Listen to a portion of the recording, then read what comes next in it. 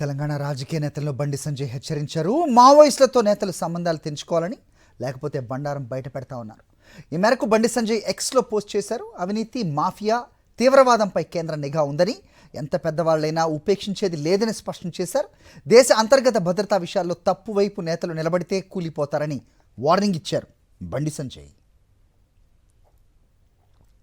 తెలంగాణ రాజకీయ నేతలను బండి సంజయ్ హెచ్చరించారు. మావోయిస్టులతో నేతలు సంబంధాలు తెంచుకోవాలని, లేకపోతే బండారం బయట పెడతా ఉన్నారు. ఈ మేరకు బండి సంజయ్ ఎక్స్లో పోస్ట్ చేశారు. అవినీతి, మాఫియా, తీవ్రవాదంపై కేంద్ర నిఘా ఉందని, ఎంత పెద్దవాళ్లైనా ఉపేక్షించేది లేదని స్పష్టం చేశారు.